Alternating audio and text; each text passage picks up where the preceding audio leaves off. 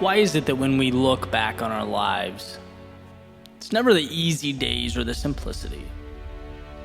It's not the calm that changes our reality or makes us who we are. Don't get me wrong, calm and simplicity, they're wonderful, but they're not transformative. And why would they be? Why would we change or seek to obtain more without a reason or incentive? It's times of struggle, of turbulence. It's when life was hard that we had to rethink who we are, reshape the way we look at the world. Right? Because without chaos, you don't get calm. Without the storm, you don't get those crazy neon colors and golden rays it leaves as it passes by. In order to triumph in any capacity or any area of life, there's always a sacrifice that must be made. The adversity is the fire that forges the iron. There's a saying, hard times create strong men. Strong men create good times. Good times create weak men, and weak men create hard times. It's a cycle. And this is generally used in a socio-political sense, and I think in a lot of ways it applies today, but where I've really found it useful, where I've found value in it, is at the personal level. Because what I've noticed is that growth also appears to have a cyclical nature. And when we're in a rough situation or overcoming an obstacle, we have to push, we fight, we grow. Sometimes without even realizing it, we achieve a result, and by default, this transformation that in one way or another makes us something new. But then it becomes easy to level out, right? And that's the challenge. It creates this period of stagnation. It's like we made the jump, and it becomes real easy to stay there. And that's why I have found value in when life is not providing resistance to manufacture some. Because that's the only way to grow. Progress is happiness. Viktor Frankl in Man's Search for Meaning, he says purpose is defined from struggle. If things are too calm or simple or quiet, life begins to lack meaning, and that's never a spot we want to be. Life is about the pursuit of something. You just have to figure out what that blank will be. You get to decide which mountain to climb. There's a story about a butterfly making its way out of a cocoon, and it makes a little hole. It starts attempting to push its way out. Someone walks by. They see it struggling and open the cocoon up to help the butterfly out, right? Thinking that they did this great deed, but in doing so, that butterfly has now lost its ability to use its wings to fly. Why? Because the strength that was necessary to fly would have been forged when he fought his way out. The butterfly was deprived of the very thing it needed to become something more, and that's the point. It's easy to get lost in the now and seek to eliminate everything that doesn't make the moment more comfortable, to remove that which doesn't make things easier. But whether we're talking about collectively or the complacency in our individual lives, we have to remember that avoiding discomfort isn't the answer. When your biggest problem is Amazon taking 5 days to deliver, or that your feelings are hurt by someone's comments or opinions on social media, you've lost track of yourself. You may be living in a world lacking the resistance necessary for growth. Maybe it's time to ask what matters. And I remember when I lived in Boston, I'd walk around listening to podcasts downtown, and I'll never forget hearing Ryan Holiday differentiating between passion and purpose. He called passion temporary, a dopamine hit. It's the excitement before the project begins, the beginning of a journey, the honeymoon phase. But passion alone falls short. And it falls short because anything worthwhile is hard. It tests us. It repeatedly presents us with those metaphorical cocoons we have to fight through. We have to earn our stripes, grow our wings, and if we stop at passion, there's no reason to battle on, to take the punches, knowing that they will create for us a tomorrow full of infinite possibility, and that's where we need purpose. That's why it matters. We need something bigger to march towards. A destination that's meaningful. To remind us that those challenging times, they're not a burden. There is no poor me here. They are the fire that sharpens us, that whispers to us not only the importance of carrying on, but the power contained within ourselves to do so. This world, it is not stacked against you. It's never the problem or the obstacle. No, it's the opportunity laid out at your feet. And it's in those very times when we're uncomfortable, when we're unsure, when we don't know where to draw our strength, that we need to remember it comes within.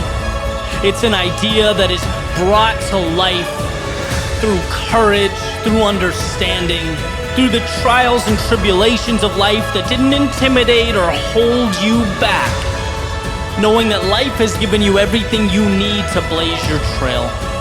So don't be afraid to let it take you somewhere new.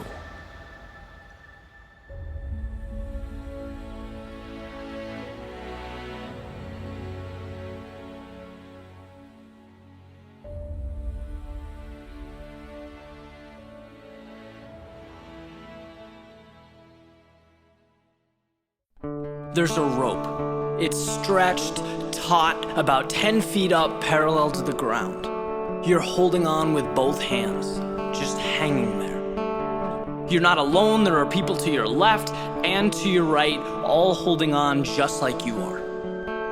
A few minutes pass, then a few more, and suddenly this little realization trickles into the back of your head. This is not going to be a cakewalk. In fact, it's starting to hurt.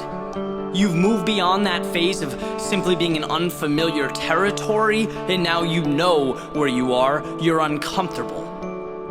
Out of sheer curiosity, you look to your left, you look to your right, and you start noticing that these people next to you are beginning to let go.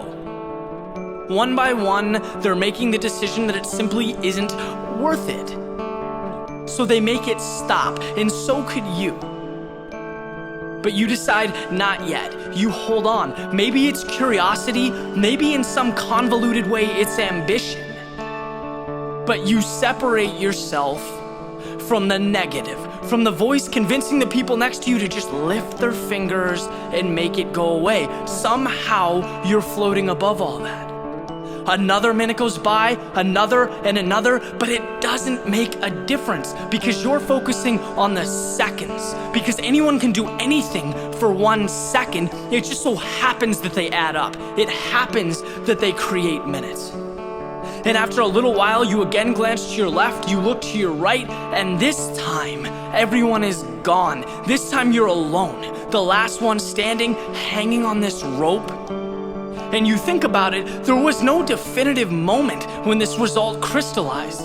It was a product of what you didn't do. It's the result of not letting go. To someone passing by, you did nothing remarkable.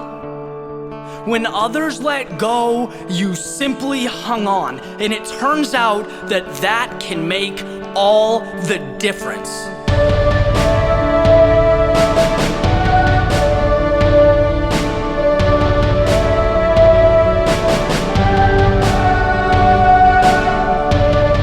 So many different thoughts, opinions, approaches regarding success. That magical word, what is it? What does it mean? How do you get there? With reality swirling around you, problems derailing, pushing you back, we're inclined to believe that getting what we want needs to be some huge production, some monumental shift, and I do not agree with that.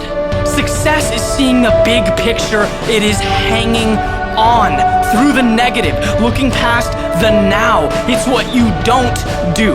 That fight in you that separates your goals from everything else. Look, there's always a point when you're tired, when your fingers start to slip, when a simple decision takes the pain intertwined in the present moment and makes it disappear. But right now is not what you're after. Anyone can have right now. The goal, the finish line, is down the road. It requires that you hang tight, that you strap in and ride this thing out. If you want it, it's there. It's that simple. It's not a trick or a riddle. It's a question. When others let go, will you hang on?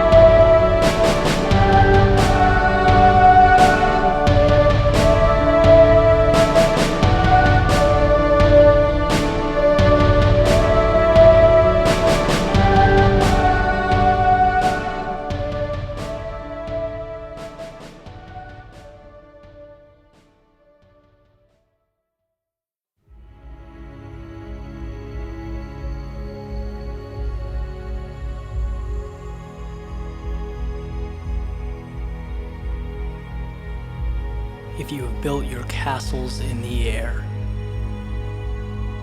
your work need not be lost.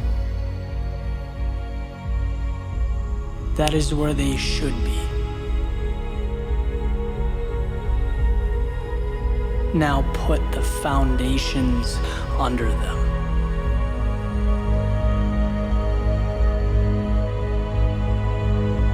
A foundation is not made in a day. It's not flimsy or weak. It's what holds everything together, and without it, you have useless pieces. Thoreau mentions a castle in the air, a goal. The answer resting above us, hovering over everything and everyone.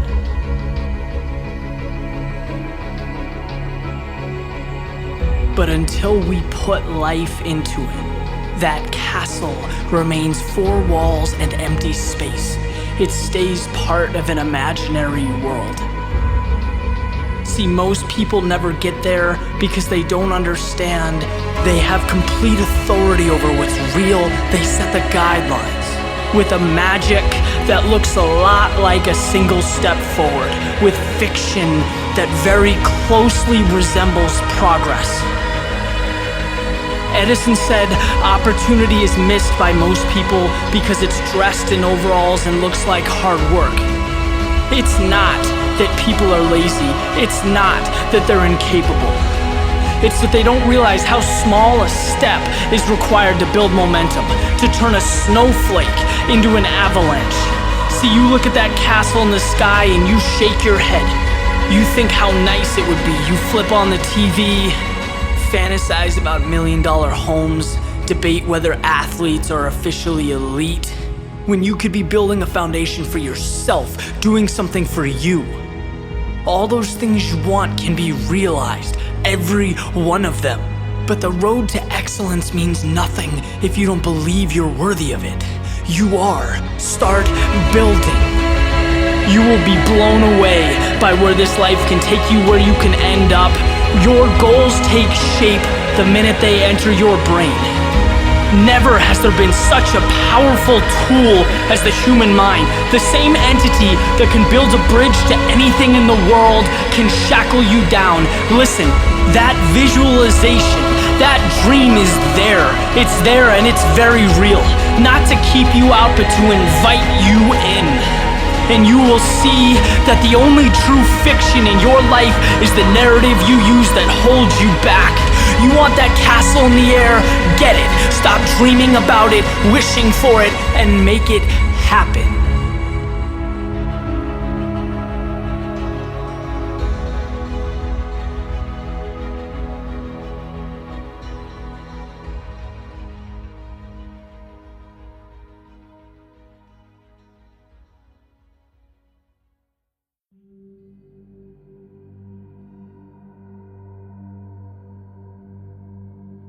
Part of my morning routine every day is to listen to the commencement speech Admiral McRaven gave at the University of Texas, where he's talking about 10 lessons that he learned during his time as a Navy SEAL going through BUDS training. And he positions them in a way that will really help anybody through life if they implement these concepts. It's an incredible speech, and my favorite lesson of the 10 is around what he calls the sugar cookie. And I want to delve into it a little deeper because it's such a perfect metaphor. It's so relatable.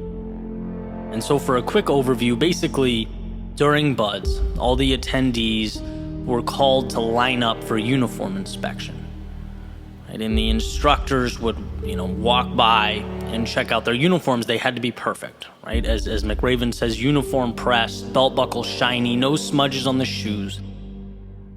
But the point of the exercise that a lot of people really didn't understand is that the uniforms were never going to be good enough. The inspectors or instructors would always find something wrong.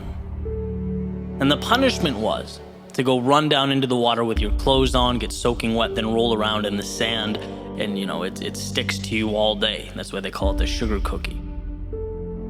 And what he says is, right, you were never going to succeed. The perfect uniform was impossible. The instructors wouldn't allow it.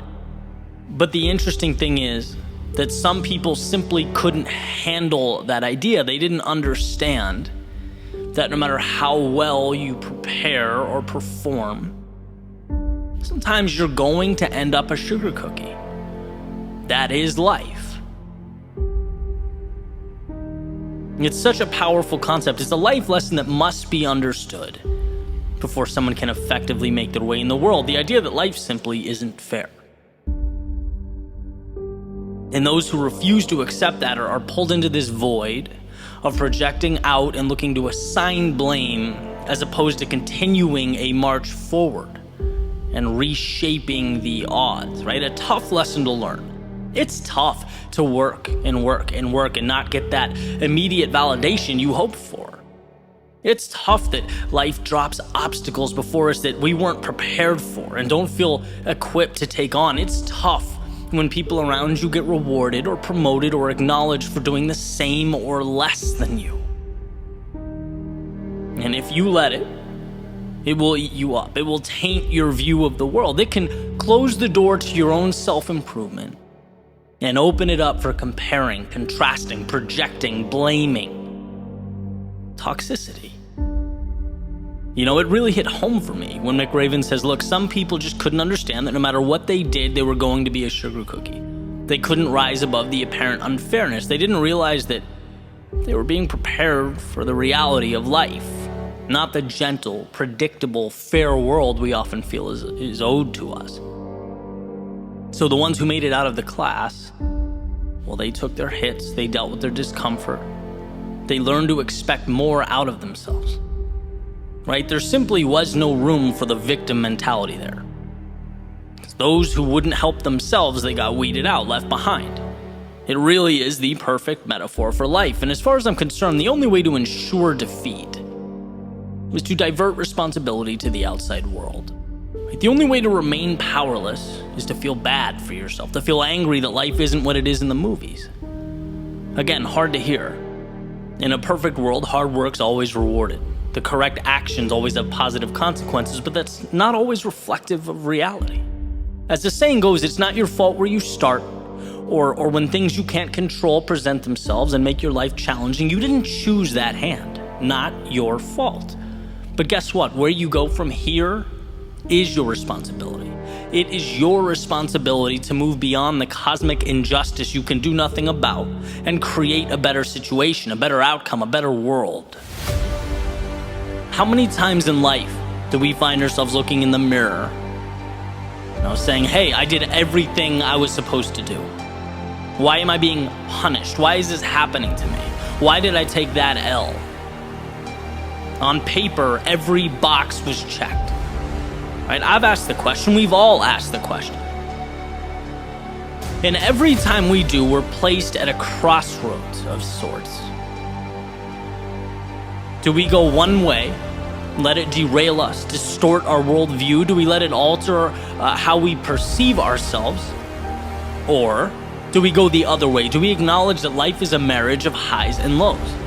And to make something of it, we shouldn't feel slighted by the challenges, but accept them. Let them make us better. I've learned this again and again. I learned this after I spent 4 months on a project in 2014 that essentially bombed, right? And it was the first time in my life that I felt that. It's like, how? I put everything into this. How could I get nothing back? Well, turns out I got the world back. I just didn't see it at the time. I learned one of the most powerful lessons to learn. The universe is indifferent to your agenda.